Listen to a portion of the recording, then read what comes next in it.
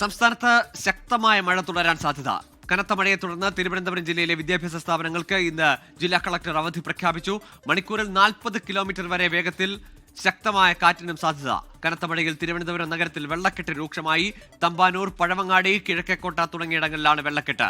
Alex Ram Muhammad ചേരുന്നു തിരുവനന്തപുരത്ത് നിന്ന്. അലക്സ്, കഴിഞ്ഞ മണിക്കൂറുകളിൽ യെല്ലോ അലർട്ടുകൾ പലയിടത്തും ഓറഞ്ച് അലർട്ടായി മാറിയിട്ടുണ്ട്. നഗരത്തിലെ വെള്ളക്കെട്ടിന്റെ സാഹചര്യം എന്താണ്? സ്കൂളുകൾക്കൊക്കെ വൈകിയെങ്കിലും ഇന്ന് രാവിലെ അവധി പ്രഖ്യാപിച്ചല്ലോ.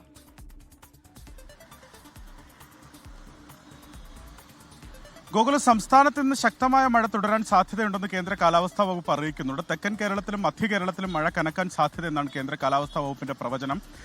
8 ജില്ലകളിൽ മഴ മുന്നറിയിപ്പ് നൽകിയിട്ടുണ്ട്. തിരുവനന്തപുരം മുതൽ തൃശൂർ വരെയുള്ള 8 ജില്ലകളിൽ യെല്ലോ അലർട്ട് പ്രഖ്യാപിച്ചിട്ടുണ്ട്.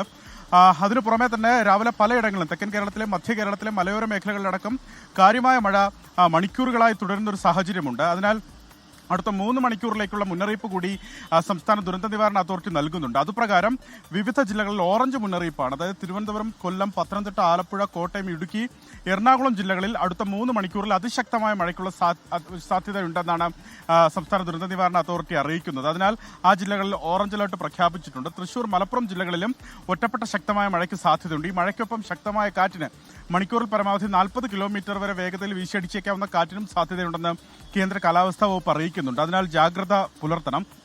ഇന്നലെ വൈകുന്നേരം തിരുവനന്തപുരം ജില്ലയിൽ ആരംഭിച്ച മഴയാണ് ഇപ്പോഴും തുടരുന്നത്. ഇപ്പോൾ അല്പം ഒന്ന് മഴ മാറി നിൽക്കുന്നുണ്ട്, പക്ഷേ മഴച്ചാറ്റലുണ്ട്.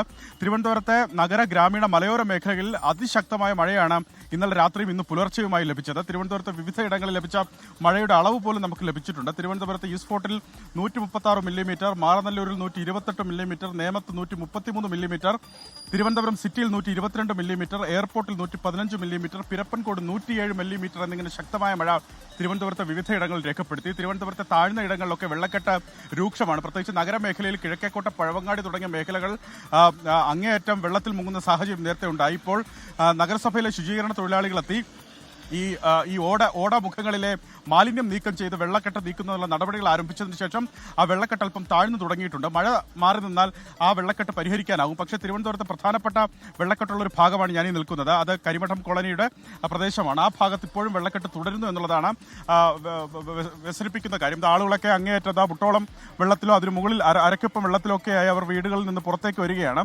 ഇതാ ഈ യമുനാനഗർ പ്രദേശമാണ്. അതായത് കരിമഠം കോളനിയുടെ തൊട്ടിപ്പുറത്ത് യമുനാനഗർ പ്രദേശമാണ്. കരിമഠം കോളനിയിലും സമാനമായി തന്നെ രൂക്ഷമായ വെള്ളക്കെട്ട് നിലനിൽക്കുന്നുണ്ട്. ഇവിടെ നിന്ന് ഈ വെള്ളം ഇറങ്ങുക അല്പം പണിപെട്ടായിരിക്കുമെന്നുള്ളതാണ്.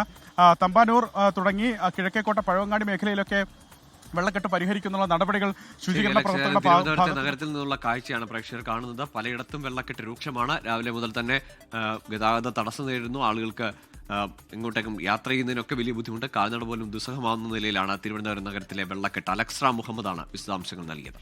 ലോകത്തെവിടെയായാലും ഏത് സമയത്തും 24 വാർത്തകളും ഓഗ്മെന്റഡ് റിയാലിറ്റി പാക്കേജുകളും എക്സ്പ്ലെയിനറുകളും വിശദമായി കാണാൻ ഞങ്ങളുടെ യൂട്യൂബ് ചാനൽ നിങ്ങൾക്ക് സബ്സ്ക്രൈബ് ചെയ്യാം.